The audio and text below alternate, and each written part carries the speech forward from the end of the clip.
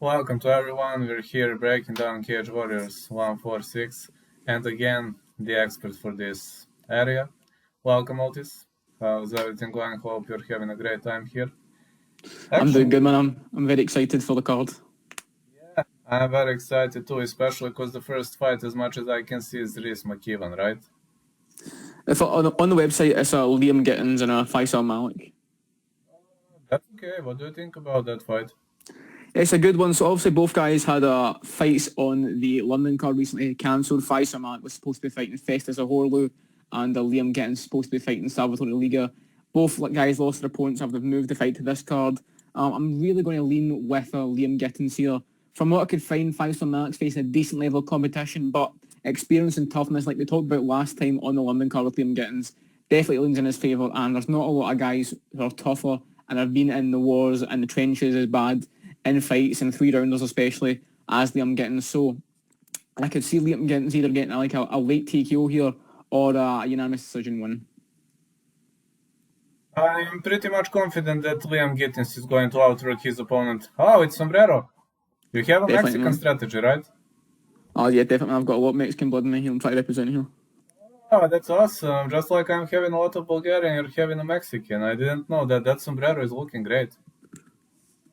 There you go, man. We'll represent at the same Oh, time. awesome. Which is the next fight according to the website? Next fight is Tom Mearns and Malada Hadi.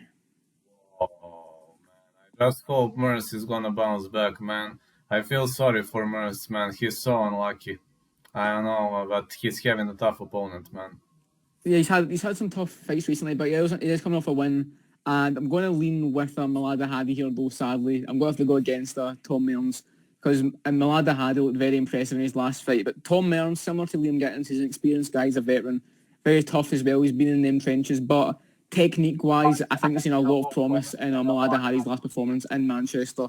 So I'm going to lean with him getting this one done by 29-28 unanimous decision because I think Tom Mearns is not an easy fight for anybody, and I think he'll make it a scrap. So I'm going to go with Malada Hadi here, though, by decision. Well, I'm gonna go against you. I'm gonna say 29-28 for Tom. I think Complete that's 5 minutes. It's close fight. very close fight, but the truth is that Mer's cardio is sometimes questionable. So his round 3 is gonna be a very big problem for him. So I know, man, but I'm gonna win with Merns. I have my own reasons. He is a huge cat lover. I'm not gonna lie to you. Tom Merns is a huge cat lover, just like me. So what is the next one? It's pretty man. Yeah, the next fight, surprisingly low down the card, is Samuel Bark versus Manny Akpan. I'm not really sure why this fight is this low down the card. I feel like this could be on the main card, to be honest. But I'm going to lean with Samuel Bark here. Getting Tobias Harila in your Cage Warriors debut is hard enough, and then proving that you can beat this guy, finish him with a knee, and I leave the second or the first round looked very good there. And I think we've seen a bit of inconsistency in the career of Manny Akpan. Like got choked out by Keir Harvey, but then he comes back and gets Connor Hitchens, and he beats Ben Ellis as well, who's a very good opponent. But I'm going to trust the pro kickboxing Muay Thai experience of Samuel Bark to get this one done by, I'm going to say knee to the body, TKO in the second round after Manny Akpan starts to slow down in the first round. You know that Samuel Bark fought my teammate. You remember that fight very well, and you remember that robbery victory. But I think Akpan is not as tough as my teammate. I do think Akpan is very vulnerable to those knees. It is my teammate, the Serbian Khabib, is very much tough guy. So it's very hard to knock him out. Nobody has ever knocked him out. That's the truth. So I don't think Akpan is on his level. I think this is going to be. Don't want to underestimate Bark, but I think don't want to underestimate Akpan, but I think this is easy win for Bark, easy stoppage, especially clinching. What do you think? Yeah, I think that Manny Akpan is so explosive in the first round that unless you can catch him in a submission like Keir Harvey did, then it will be quite difficult. But I think he could present some problems in the fight early. He's very explosive. There's a lot of flying knees and spinning kicks and stuff. But I think Samuel Bark's got the experience and the chin as well to deal with that. But yeah, I can see Samuel Bark slowing him down at the end of the first round using calf kicks and teeps and finish him in the second round. But Manny Akpan's very dangerous throughout the fight, so it'll be definitely a close fight. I'm looking forward to this one, probably the most out of all the prelim fights, to be honest. This is the next one. Next fight up is Orlando Wilson Prince and Liam Malloy. I'm going to lean with Liam Malloy here. He trains at Next Gen in Liverpool. There's a lot of Next Gen guys on this card. He's got to have a lot of support with them. And I wasn't massively impressed with Orlando Wilson Prince when he fought Tom Mearns in his debut. I think he slowed down that fight quite a lot, and Mearns started to pick apart him in that fight. So I think Liam Mully gets this one done. He looked good in his last fight in Manchester. Quick hands. He's obviously got a good grappling game. Everyone at Next Gen's got a good grappling game, if I'm completely honest. Even the strikers.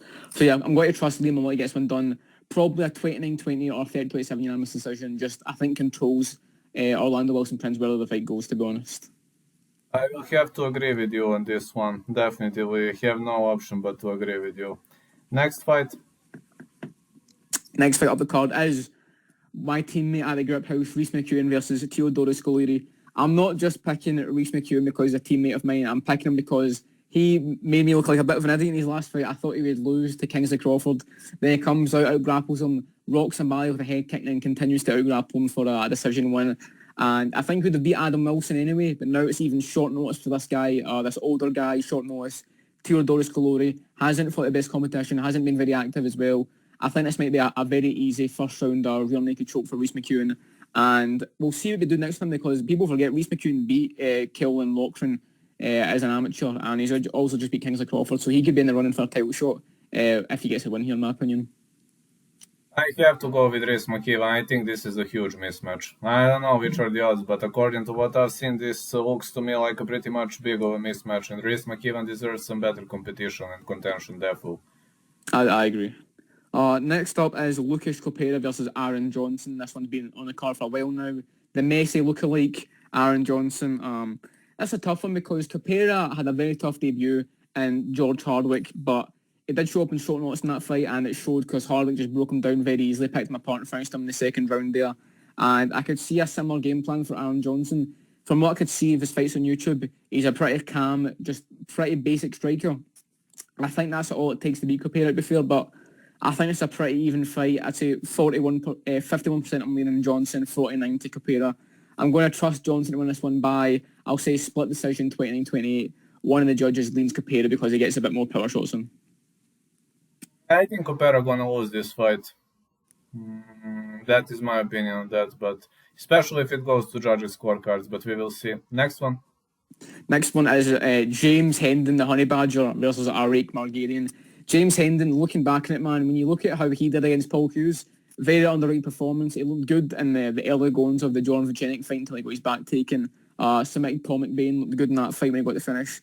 And I don't really make much of Arik Margarian. I don't think he's that good, especially compared to a guy who's very underrated in Cage Warriors, and James Hendon. So I think Hendon wins this one by, I'm going to say, early second round TKO, ground and pound, or maybe a submission like a Dorsch choke. Hendon's very underrated, and I think he gets this one done quite easily, in my opinion.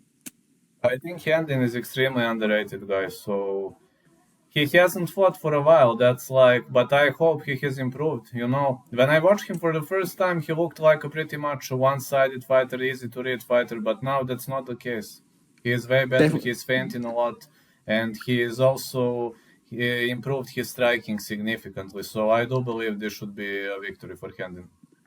Definitely, man. He's evolved a lot. The next fight up is Sam Kelly versus Jack Eglin. People forget that Jack Eglin was the main training partner for Sean O'Malley when he trained to fight Piotr Jan, so he's clearly good at something there. But how good is Luke Riley, I may ask you in that opinion. But I think that Jack Eglin, he's a big underdog in this fight. I don't know why. I think he gets this one done. He looked good in the Luke Riley fight. He was landing a lot of big shots on Luke Riley. It was hurting him quite bad in that fight until Luke Riley managed to switch around the pace and that fight came back. So I think Eglin's got the skill. He beat Jimmy Fell as well, who's a very good guy in the regional scene in Cage Warriors. And I think he wins this one by, I'll say, 29-20 unanimous decision. He's good. He's got good grappling as well. Decent striking. He's got an okay chin. And I think that's enough to beat Sam Kelly, who has faced decent competition. I won't say it's competition level, but I don't think they've fought anyone who's got the level of talent yet of Jack Eglin. So I think he gets this one done. Well, if you are Sean O'Malley's sparring partner and the training partner, that doesn't have to mean that you are the beast in the cage. I mean, maybe you're great for the training session, but when the cage doors close, everything changes. So True. There is a possibility. I know he's a big underdog, but I was like, I'm listing the odds. This is insanity, man. Why is he such a big underdog? This is insanity. This should be a closer line. Definitely, man. The next fight up is Antonio Sheldon versus Jordi Bacchus. I couldn't find much information on any fights from Jordy Backus, so mostly from that alone, I'm going to be going with Antonio Sheldon here. Not the best so far in Cage Warriors, but he's a bit experienced, he's faced decent competition, and at the level these guys are at, I think that's enough for me to pick against someone who I couldn't find too much information on in general in Jordy Backus. So I think Sheldon wins this one by, I'll say 30-27 decision. I haven't got too much to say about this one just because I don't know too much about either of the guys, to be honest. Yeah, I've got the same problem, so I'm gonna pick the same side you picked because I have lack of info on the other guy. But again, I mean, maybe he's gonna shock us, maybe he's gonna surprise us. But again, English promotions, CV, all other promotions, that's the shortest route to the UFC. Even KSW is not stronger than Cage Warriors. People can say whatever they want. So for me, CV and other British promotions, Scottish promotions are very much legit. I would definitely give him an advantage. Next fight. Next fight is the main event, the prelims. We've got Luke Riley, my boy Luke Riley. I've got it written down just so everyone knows who I'm picking here. I've got a lot of faith in this young guy here, trains at Next Gen. We've seen him against Jack Egland, very good in that fight. And he's looked pretty much good in all of his Cage Wars fights, getting finishes. And I think there's a lot of promise here. Very good Muay Thai fighter, got good takedown defence. And I think we're going to get a brutal first round body shot TKO against Kyle Kutlia here for Luke Riley. Rips to the body with the right hand, puts him away. And I can see Luke Riley becoming a featherweight champion in Cage Wars for the next coming year and a half. So, Well, I only disagree with one thing. I think it's gonna be a knockout via head strike. I could see that. Yeah, I could definitely see that. Yeah. that's the only thing I disagree about you. I don't think it's gonna be a body strike in the style of Ramona Pasquale. I don't think that's gonna be Ramona Pasquale style. I just think it's gonna be something more like, how you call it, something more like Chris Weidman, Yoel Romero style, maybe something like that. Like flying knee.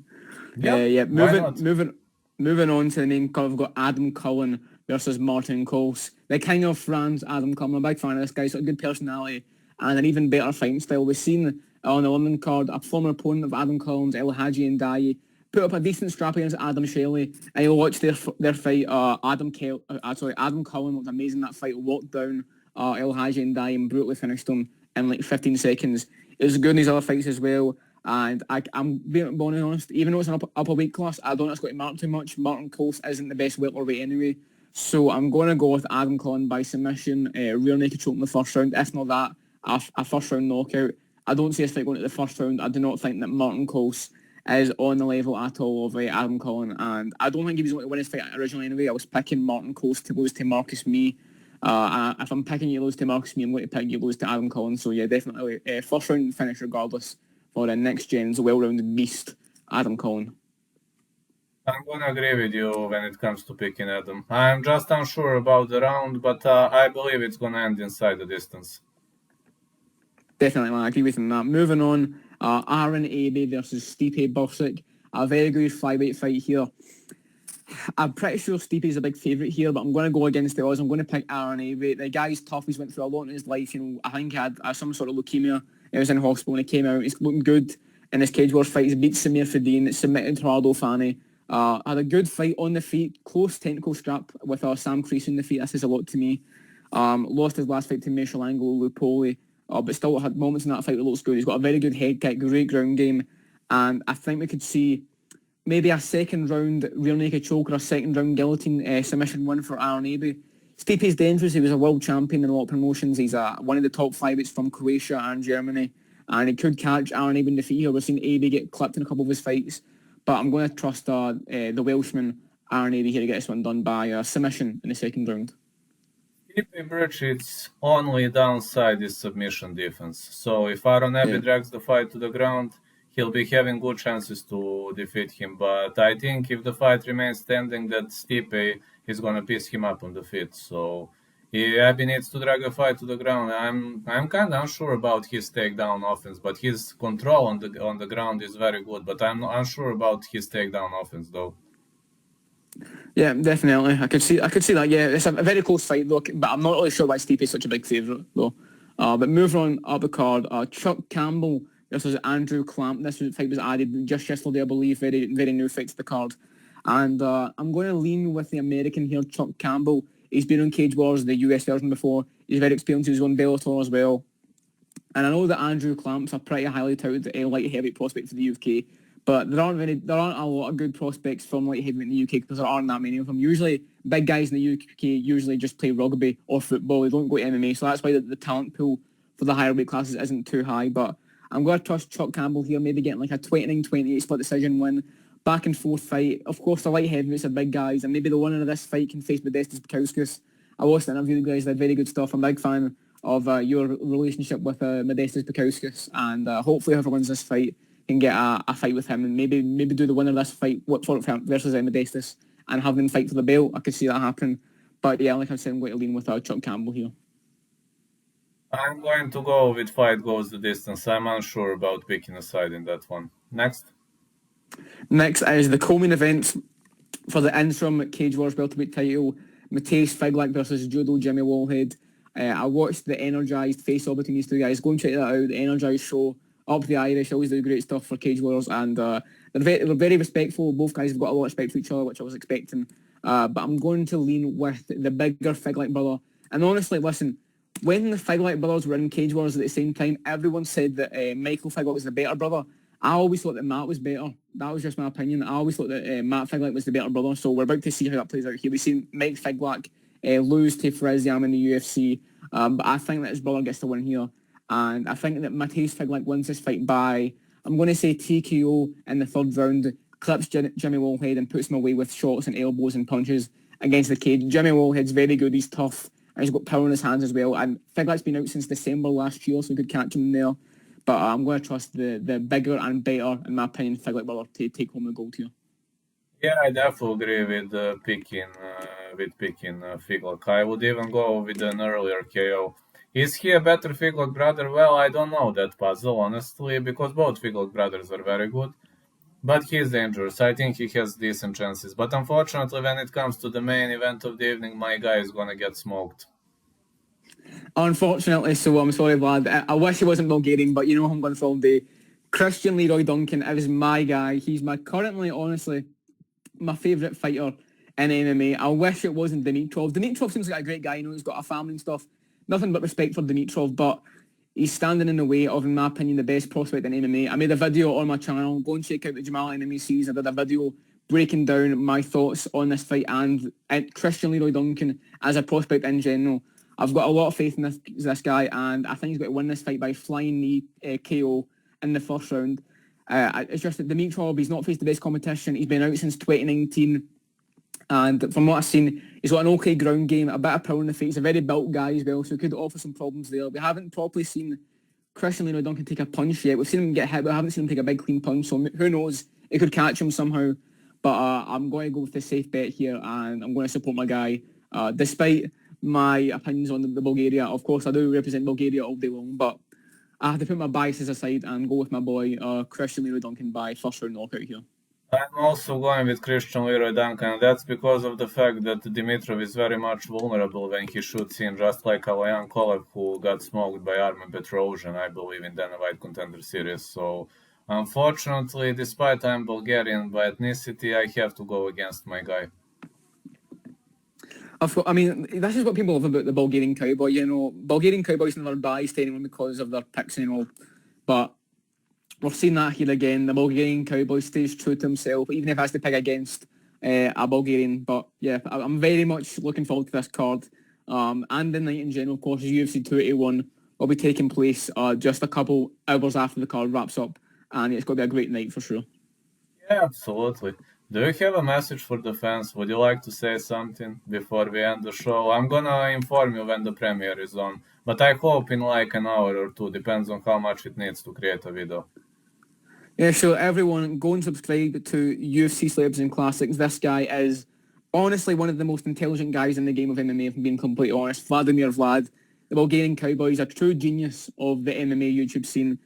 Jesse on fire. If you're wanting to take the fight, well, you better do the fight in Scotland. That's where they want it. We want it in neutral grounds, in between America and in between Serbia. Come together. It's got to be in Scotland. It's got to be on my turf, but with Vlad repping Scotland, of course. I'll be coming out with the Bulgarian flag and the Serbian flag. And also go and subscribe to Jamal MMA series, or try to get to we'll say I'll get to 40 subs by the end of the year. I've only got 6 left. We can do that, guys. Completely fine. And yeah, thank you for watching. And me and Vlad are the best duo in MMA going right now. Let's go. Swarms, I've been trying to fight you, bro, for 72 days. Stop ducking me. 72-day training camp. Why are you ducking me, bro? I'll weigh like 200 pounds less than you, you big fat bastard. Let's go. Let's throw down next year, January, February. Me and Swarms on the same card as Vlad and Jason Fire. Super card. Let's go. Let's do it, man. Let's go, man.